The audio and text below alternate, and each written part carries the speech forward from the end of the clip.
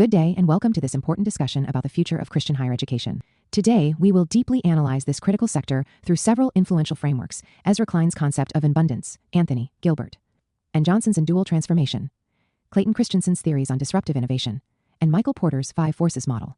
We'll use systems theory to help us understand the current state, trends, and future directions of Christian higher education, both in North America and around the world. To start, let's consider the broader landscape. Christian higher education faces a time of both significant opportunity and serious challenges. Technological advances, especially artificial intelligence and online learning platforms, promise greater accessibility and affordability. Simultaneously, regulatory constraints, cultural inertia, and market pressures create barriers to innovation. Ezra Klein, in his book In Abundance, argues that much of what we experience as scarcity is artificially created through regulatory and systemic barriers. In higher education, especially within Christian institutions, such barriers might include overly rigid accreditation standards, resistance to technological integration, and deeply ingrained cultural practices that favor traditional models over innovative approaches. To achieve abundance, Christian universities need to critically evaluate these barriers and advocate for policies that foster flexibility, innovation, and accessibility. Scott Anthony, Clark Gilbert, and Mark Johnson, authors of In Dual Transformation, offer a practical framework for navigating disruptive change. They suggest institutions must simultaneously reposition their core business while launching innovative new growth engines.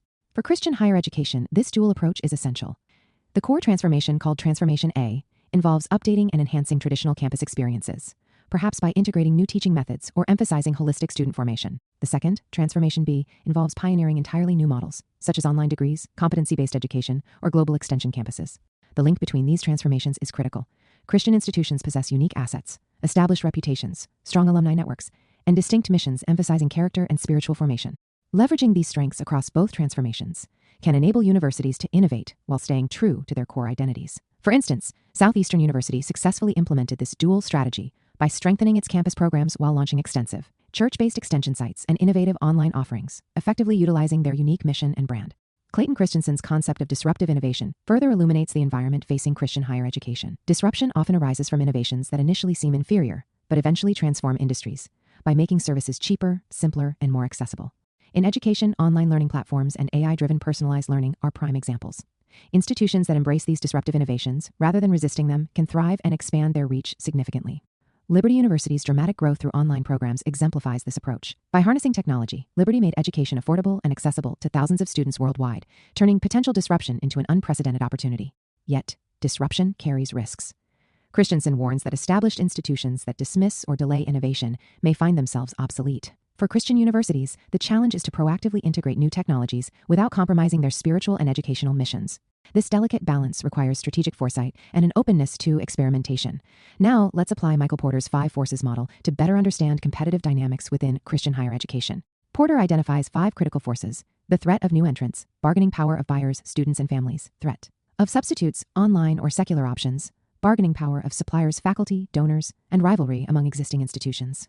In the current landscape, the threat of substitutes is significant, particularly with secular online programs and alternative credentialing gaining popularity. To counter this, Christian universities must clearly articulate their unique value propositions, such as robust spiritual formation, community engagement, and personal mentoring. Institutions like Oral Roberts University have differentiated themselves successfully by integrating advanced technologies and emphasizing holistic student development. The threat of new entrants, including innovative church-based initiatives or global institutions entering new markets, remains moderate. Christian colleges can defend their position by leveraging their reputations, alumni networks, and established accreditation. Alpha Crucis University College in Australia illustrates how new entrants can disrupt markets by rapidly scaling and gaining accreditation, underscoring the importance of strategic agility. Competitive rivalry among Christian universities is intensifying due to demographic shifts and increased market saturation. Collaborative efforts, such as consortia or shared online platforms, can mitigate destructive competition. Bargaining power from students and families is growing due to more choices and transparency, forcing institutions to improve value and affordability. Meanwhile, faculty and donor influence remains substantial, particularly regarding mission alignment and innovation acceptance. A systems theory perspective helps us appreciate how these forces interact dynamically. Christian higher education is an interconnected ecosystem where regulatory changes, cultural values, technological advancements, and market pressures create feedback loops, some reinforcing innovation and growth, others resisting change and preserving tradition. Kevin Kelly's concept of one technology once highlights inherent evolutionary trends in educational technology toward greater accessibility, affordability, and personalized learning experiences. For Christian institutions, embracing these evolutionary impulses aligns with their broader mission of spreading education and spiritual growth globally. However, institutions must strategically manage the tension between these technological impulses and cultural or regulatory constraints. Given these dynamics, a strategic roadmap emerges. First, Christian universities should adopt an abundance mindset, breaking free from scarcity thinking by proactively expanding access through innovative educational models. Second, dual transformation must be pursued diligently, enhancing traditional strengths while launching bold new initiatives. Third, differentiation should emphasize holistic education, integrating robust spiritual formation and community involvement that secular substitutes cannot replicate.